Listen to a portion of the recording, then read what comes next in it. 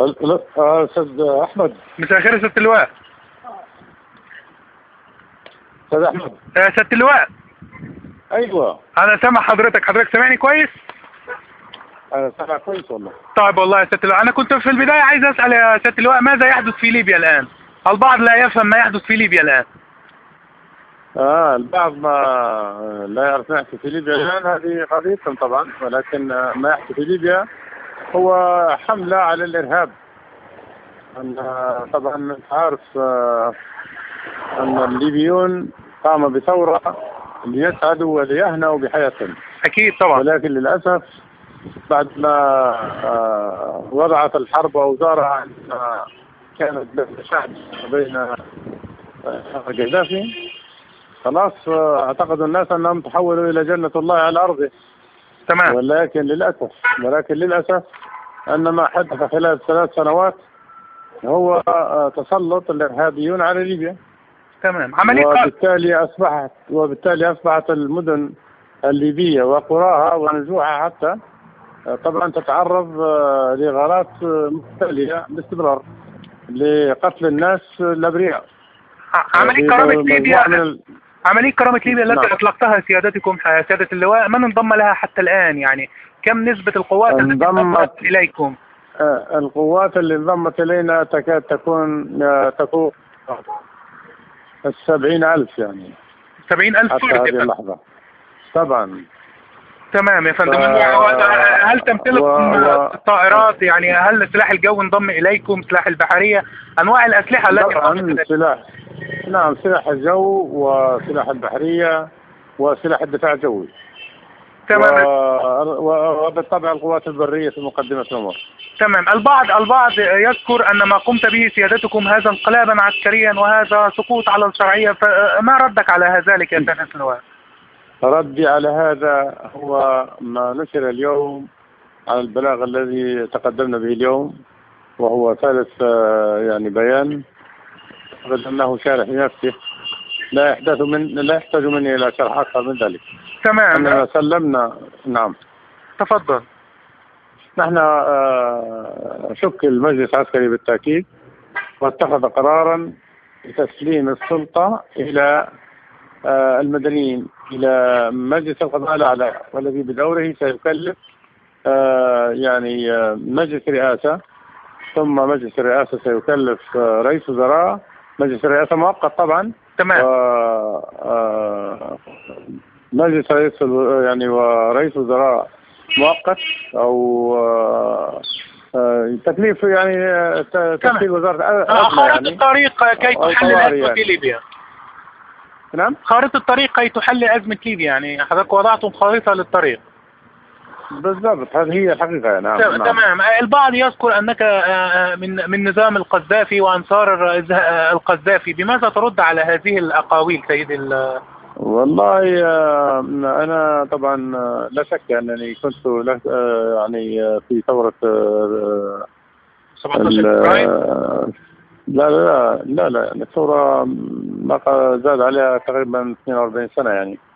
تمام. ثورة 69 سبتمبر 69. تمام. واستمرت هذه الثورة طبعا، هي تفجرت برجال قاموا بها وليس القذافي، ولكن القذافي عندما نصف في هذا المكان واعتقدنا أنه أمين على هذه الثورة، ولكن للأسف بعد فترة أنحنى بها إلى منحى لا يرغبه زملائه، وبدأ يتخبط من هنا وهناك حتى فصلنا عنه. عندما فصلنا طبعا قومت بكل الوسائل المتاحة لدي، وعوقبنا بعقوبات كثيرة من معمر القذافي بين الإعدام ويعني أكثر من مرتين، وهذا كله لا يؤثر فينا. احنا استمرينا حتى تحقق المطلوب، لأننا نريد سعادة شعبنا، نريد أن ننقله إلى حياة هادئة وهانئة وآمنة يعني. ولكن للأسف تفضل. نعم. ولكن للأسف حتى بعد الثورة عندما اختار الشعب نوابه، هؤلاء النواب يعني كان أغلبهم أو المتمكنين منهم لم يكونوا أمناء على على تكليف الشعب لهم، وإنما كانوا للأسف يعني قد خانوا الأمانة بطريقة صحيحة. وبالتالي رفضهم الشعب وحدد لهم يوما محدودا اللي هو 7/2/2014. تمام. نعم. هل تواصلتم مع قيادات سياسية أو عسكرية في مصر، أو تواصلت معكم قيادات سياسية أو عسكرية في مصر بشأن الحدود المشتركة؟ لم يتواصل معنا أحد من مصر على الإطلاق. تمام. نحن نعرف أن لها ظروف معينة في هذا الوقت. تمام. بين الإرهابيين أيضا، وبين ظروف معينة في تغيير الرئاسة، ولهذا نحن بقينا بعيد عن هذه الأمور هذه، وتركنا الأمور لأهله يعني. ونحن طبعا كان السند الوحيد لنا هو الله سبحانه وتعالى. تمام. وشعبنا الذي كان يعني ظهير أمين بالنسبة لنا. تمام. سيادة العقيد محمد حجازي يا سيادة اللواء كان في إحدى المداخلات قال نطالب الجيش المصري بالوقوف إلى جانبنا. تعليقك، ما هو الدعم، أو ما هو الدعم الذي يريده اللواء حفص؟ والله لا طبعا. نعم ما الدعم الذي تحتاجونه تحديدا؟ هو طالب الجيش المصري ووصفه بالعظيم بالوقوف إلى جانبكم، فما طبيعة الجيش المصري ليست وصفنا له بالعظيم. أنا لا، الجيش المصري عظيم حقيقة. تمام. الجيش المصري جيش خفيف ونعتز به، كان معنا أو كان على جنبنا. فجميع الأحوال الجيش المصري له مكانة كبيرة جدا، كما هي مكانة مصر في قلوبنا. ولكن نحن لم نطلب منه شيء حتى الآن. وبالنسبة لأخونا المتحدث باسم الجيش، يعني ذكر هذا على أساس يعني أن العدو الذي نواجهه الآن هو عدو الكرة الأرضية بأكملها، وكأننا نحن نقاتل نيابة عن العالم. لأن القاعدة بالذات معروفة يعني في العالم كله، ولهذا نحن على أي حال أدينا ما علينا من واجب. ما رأيك في ثورة 30 يونيو التي شهدتها مصر سيادة اللواء ضد حكم الإخوان المسلمين؟ والله 30 يونيو شيء طبيعي جدا، أن عندما تختل الأمور لابد أن يكون لرجال الجيش موقف. فموقف السيد السيسي أعتقد أن هو الموقف الصحيح من التاريخ. هذا التاريخ لابد رجال الجيش أن يقفوه، وإن لم يقفوه فيعتبر خديعة لشعبهم.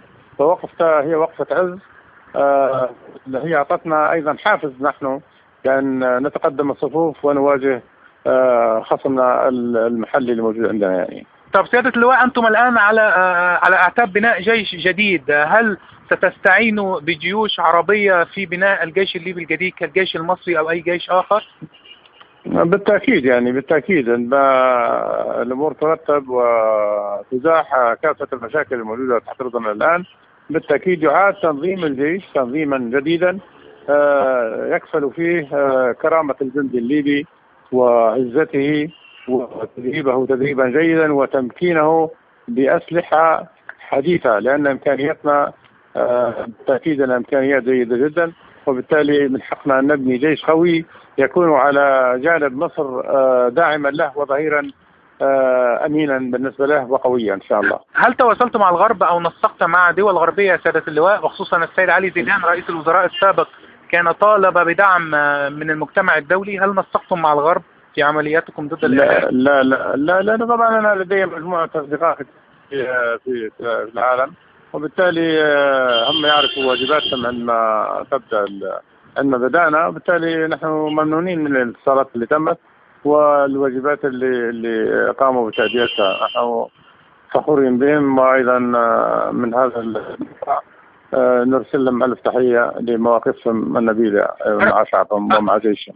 أحمد معتيق المكلف من قبل المؤتمر الوطني أعلن اليوم أنه متمسك بتشكيل حكومة توافق وطني، وقال أن الشعب استأم أو كره الحكم العسكري أو عسكرة الدولة. ما تعليقك على ذلك سيادة اللواء؟ لا نريد أن نعلق على الناس اللي تكلموا. نحن نعرف أن هذا المؤتمر منتهي الصلاحية، انتهت صلاحيته من أكثر من 4 شهور يعني خلاص. طب رأي حضرتك في فترة عمل المؤتمر؟ نعم، الفترة التي عمل فيها المؤتمر الوطني، تقييمك لعمل المؤتمر الوطني خلال الشهور الأخيرة؟ أعتقد أن المؤتمر الوطني هناك عناصر أساء في الشعب بأوجه مختلفة، وبالتالي ستقدم إلى محاكمة يحاسبوا فيها إذا كانوا أبرياء أو كانوا مدانين، وسيأخذوا نصيبهم إن شاء الله. يعني إن كانوا على حق فسيأخذوا أبرياء، وإذا كانوا طبعا على باطل فسيؤخذوا على أيديهم يعني. هل يتقدم سيادة اللواء خليفة حفتر لرئاسة ليبيا أو الانتخابات الرئاسة الليبية في الفترة المقبلة؟ أنا لا أفكر في ذلك إطلاقا، ولكن إذا شعبنا انتخبونا أو قدمونا لهذا، والله نحن لن نتأخر إن شاء الله عند طلب شعبنا أي مطلب. مستشار الرئيس التونسي كان أعلن اليوم أن ما حدث في ليبيا انقلابا عسكريا على الشرعية، تعليقك يا فندم على التصريح ده؟ لا علاقة لي بالرئيس التونسي أو المستشار التونسي، لأن أنت قلت مستشار ولا رئيس ولا شنو هذا؟ نعم يا فندم، مستشار الرئيس المصطفى المرزوقي. مستشار، والله لا أدري أن هذا التصريح في محله، ولكن على الحال هي دولة جارة يعني، ولكن يعني لا أعتقد أنه كلام يعني هذا كلام مردود عليه يعني. هل ستسعى للقيام؟ نعتقد أن نحن سيتتبع تمام خطانا وسيعرف أنه باطل وسيندم في حديث. هل ستقومون بعمل مصالحة وطنية سيادة اللواء، وخصوصا أن في الثلاث سنوات الأخيرة الشعب الليبي كان يتمزق بسبب حالة الفرقة؟ طبعا أكيد سنرجع المصالحة بكل قوة، وهي أحد الأمور المهمة عندنا، ولا بد من استدعاء الناس اللي برا كلهم إن شاء الله يدخلوا، وأن الذي فعل عملا خاطئا خلال ثورة 17 فبراير لابد إذا بلغ في دماء الليبيين أو أموالهم أو أعراضهم طبيعي لابد أن يحكم. وأما الباقي لا أعتقد هناك يعني مجال أو هناك لمقاضاتهم أو وضح في ادعاءات ما لها شيء معنى يعني. البعض يقول أن ليبيا في طريقها إلى الحكم الفيدرالي، وخصوصا بعد انفصال إقليم برقة. كيف ستتعاملون مع هذه القضية، وخصوصا برقة أعلن نفسه إقليما منفصلا؟ لا أعتقد أن هناك انفصال إطلاقا، هذا كلام غير موجود إطلاقا. لا يوجد انفصال بين برقة والسودان. هذه ليبيا كلها مساحة 1,760,000 كيلومتر، لا يمكن إطلاقا تجزئتها، فليبيا واحدة لا تتجزأ إن شاء الله. متى يزور السيادة؟ ولكن قضية أصحاب الفيدرالية هم بالطبيعة يدعو إلى نظام إداري، نظام سياسي يعني. طب عملية كرامة ليبيا متى؟ عدم المركزية مطلوبة، وبالتالي ربما إذا أراد الشعب هذا فليكون ذلك. عملية كرامة ليبيا يا سيادة اللواء أعلنتوا عنها يوم الجمعة الماضي سيادتكم، هل العملية مستمرة أم توقفت الآن؟ وهل تسعم للحوار أم ستسعى إلى الحل العسكري؟ يعني عملية تسمية يعني الكرامة هي عملية اسمها عملية الكرامة. عملية الكرامة هذه كلمة عملية، هذا تعريف عسكري. عملية في الجيش تعني عدة معارك أو أكثر، فهذه المعارك كلها ممكن تبقى 3 إلى 6 إلى 7 أكثر. هذا السبب اللي احنا سميناه يعني عملية الكرامة. تمام. وطبعا هذه كرامة شعب أهين، وكرامة جيش أهين، وكرامة يعني كل من هو على الأرض الليبية أهين من قبل هذه المجموعات المتطرفة. بالطبع كان الاسم يعني معبر عن الحالة يعني. سيادة اللواء، إذا وجدتم قيادات لجماعة الإخوان مصرية متواجدة في الأراضي الليبية، هل أنتم على استعداد لتسليمها للسلطات المصرية إن كانت مطلوبة على ذمة قضايا؟ بالطبع سلام، هذا شيء طبيعي جدا، وسينشأ جهاز فيما بين البلدين بالتعاون. أي عنصر يعارض النظام الموجود في مصر الآن لا مكان له في ليبيا. تمام. كم تبلغ كمية السلاح المتواجدة في ليبيا سيادة اللواء؟ كم قطعة سلاح توجد في ليبيا؟ والله حسب الاطلاعات على حوالي 25 مليون قطعة سلاح في ليبيا. مليون قطعة سلاح. هل تسمح للغرب بمساعدتك في محاربة 25 مليون قطعة سلاح في ليبيا؟ 25 مليون، أنا آسف الصوت كان بيقطع. طب سؤال يا سيادة اللواء، هل ستسمح لقوات غربية لمساعدتك في توجيه ضربات الإرهابيين أم الجيش الليبي فقط سيقوم بهذا؟ والله نحن لم نطلب. لم تطلبوا؟ ستطلبوا أم لم تطلبوا؟ لم نطلبوا. لا. تمام. هل يعني تحتاجون لمعاونة أي جيوش عربية؟ هل يمكن أن تسمحوا بدخول أي جيوش عربية لمساعدتكم في حربكم ضد الإرهاب؟ والله هذه مشكلة داخلية الآن، ونحن مشاكلنا الداخلية قادرين على حلها إن شاء الله. المناطق اللي سيطر عليها سيادة اللواء خليفة حفتر على الأرض جغرافيا؟ جغرافيا نفس المساحة اللي قلت لك عليها الآن، ما هي إلا حلول بسيطة وستنتهي القصة. ما أهم وأبرز مشكلات المواطن الليبي سيادة اللواء التي رصدتها سيادتكم في الآونة الأخيرة؟ ما هي أبرز؟ المشكلات أو المعوقات أو الصعوبات التي تواجه المواطن الليبي.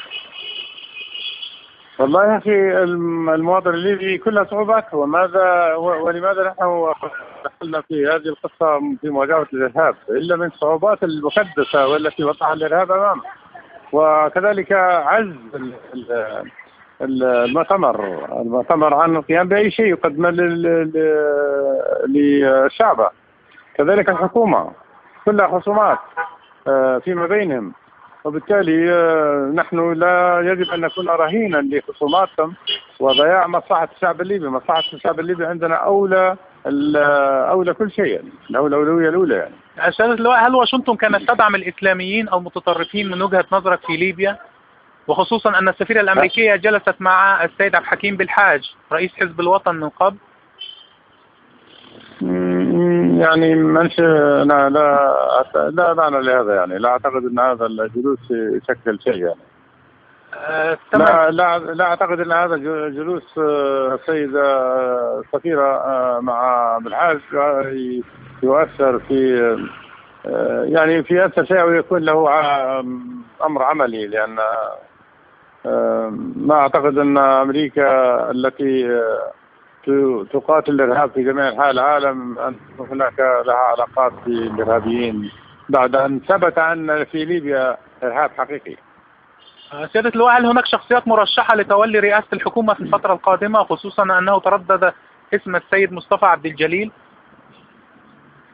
في شخصيات كثيرة يعني أسماء سيادة اللواء لو سمحت. مرشحة. والله يعني أنا شخصيا لا أستطيع أن أحدد الآن يعني. ليس شخصا بذاته، الأسماء المطروحة يعني مجرد أسماء فقط، لا نريد منك شخص بعينه، لكن أسماء وطنية مرشحة لتولي حقبة الحكومة. يعني أنا زي ما قلت لك أنا لا أريد أن أسبق يعني التوقيت المناسب لهذا الجانب يعني. طب حضرتك، أنا كان في أنباء ترددت أن مندوب لسيادة اللواء خليفة حفتر سيصل إلى القاهرة للتنسيق عملية تأمين الحدود، تعليقك أو ما صحة هذه الأنباء؟ ولم يخرج من هنا حتى الآن، يعني لا زالت تأخذ وقت شوي يعني حضرتك في مندوب هيجي فعلا من ليبيا عشان ينسق موضوع تأمين الحدود؟ لا طبعا أكيد في تنسيق ما بيننا، أكيد لابد أن يكون هذا هو أحد النقاط التي نؤكد عليها، لأن نحن لا نريد إطلاقا أي حرج لمصر ولا أي تعاون لبلدنا تجاه الإخوان المسلمين أو المتشددين بين البلدين يعني. تمام. السيد نوري بوسهمين اليوم دعا إلى القبض على القيادات التي وصفها بالمنشقة عن الجيش وانضمت إلى اللواء خليفة حفتر، بماذا تعلق على هذا القرار أو الأمر الذي أصدره رئيس المؤتمر الوطني؟ كويس، لا أعتقد أنه هيجد أحد يقبض عليه، هم كلهم انضموا يعني، لم يتخلف أحد حتى يتمكن من القبض عليه. تمام يا فندم. هل ستجلس مع قيادات النظام السابق يا فندم لعمل نوع من المصالحة أو الاحتواء كالسيد أحمد قذافي الدم أو أسماء غير متواجدة خارج البلاد؟ هل يمكن أن يجتمعوا على طاولة واحدة وتتم مصالحة؟ كل من له يعني كل الذين لهم علاقة بليبيا. أيدينا ممدودة، نحن لا يمكن إطلاقا أن نجعل أيدينا مضمومة يعني تجاه أبناء ليبيا.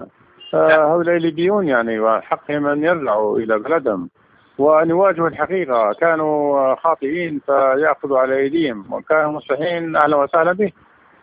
تمام. بالنسبة للشرطة الليبية يا فندم، هل سيتم تنسيق مع جهة معينة، وخصوصا أن كانت هناك حالة من الانفلات الأمني وعدم الاستقرار في الفترة الأخيرة؟ هل فكرتم في التنسيق مع دولة معينة لتأهيل الشرطة الليبية لمواجهة الانفلات والجرائم؟ نحن لا نستطيع أن ننسق مع أحد في هذه الفترة طبعا، لعلمك أن الشرطة الليبية صدقت حتى إلى العمل، والآن تمارس دورها بطريقة صحيحة. الشرطة الليبية شرطة ممتازة ومؤهلين، الأمن الداخلي والخارجي، وسيمارسوا أعمالهم بكل جدارة بالتأكيد. يعني نحن هؤلاء سيقوموا بأعمالهم بعمل عادي، لأن المرحلة الأربع شهور أو السنتين اللي فاتن كانوا العناصر كلها يعني غير مبتغاة أن يمارسوا عملهم، وبالتالي كثرت الجرائم. ولكن هناك ناس يعني محترفين في هذا أو مؤهلين للقيام بواجبهم لتأمين الناس وتأمين يعني يستطيعون أن يؤدوا واجبهم على الوجه الأكمل. يعني طب رسالة أخيرة يا فندم حضرتك بتوجهها للشعب الليبي والمواطن الليبي والشعب العربي بشكل عام؟ المواطن الليبي أولا هو جزء من الوطن العربي لا يتجزأ إن شاء الله. والشيء الثاني بالنسبة لأهل الليبيين، نرى يعني الاستمرار وبطريقة مكثفة في دعمنا، حيث طلبنا الشعب أن نقوم بهذا الواجب، أن يقف ظهيرا وسندا مستمرا إلى أن يتم القضاء على آخر متشدد في ليبيا. لا نقبل، نحن بلد لا يقبل التشدد، فهذا أمر. الشيء الآخر بالنسبة للوطن العربي كله، والله طبعا بالتأكيد أن عملية الإرهاب تجوب بلداننا العربية. يجب أن يكون هناك يعني تكاتف في الجهود في مواجهة هذا العدو الغريب الذي يتكون من فئات مختلفة، أوروبية، آسيوية، عربية، أفريقية. يعني هذه المجموعات حقيقة يعني نغصت حياة العرب في مواطنهم، وبالتالي لابد من القيام بقوة اتجاههم لكي يتحقق الأمن في بلداننا ويعيشوا الناس كلهم في رخاء وفي طمأنينة. آخر سؤال يا فندم، حضرتك أجريت حوار مع أي صحيفة مصرية قبل كده ولا لم يحدث؟ والله لا أجريت صحيفة، أظني صحيفة عربية لندنية. الشرق الأوسط فقط حضرتك؟ حوار فقط مع الشرق الأوسط تقريبا. أيوة بالضبط. هل أجريت أي حوارات صحفية مع أي جرائد مصرية؟ مش عارف والله، يعني صحف كثيرة تكلمنا معها، ولكن ما أعتقد أن في جرائد وفي قنوات مع بعض يعني. لا أنا الجرائد المصرية، هل في أي صحيفة عملت معكم حوار؟ والله صحيفة ما قلت، هذه الصحيفة تقريبا الوحيدة يعني. الشرق الأوسط اللندنية فقط. أيوة يعني أيوة ده يعتبر أظن يعني يعني أو حوار لجريدة مصرية يعتبر اللي حضرتك أجريت. تمام يا سيادة اللواء، ربنا يخليك يا سيادة اللواء، شكرا جزيلا. بارك الله فيك. شكرا لك سيد أحمد. شكرا يا فندم. السلام عليكم. السلام.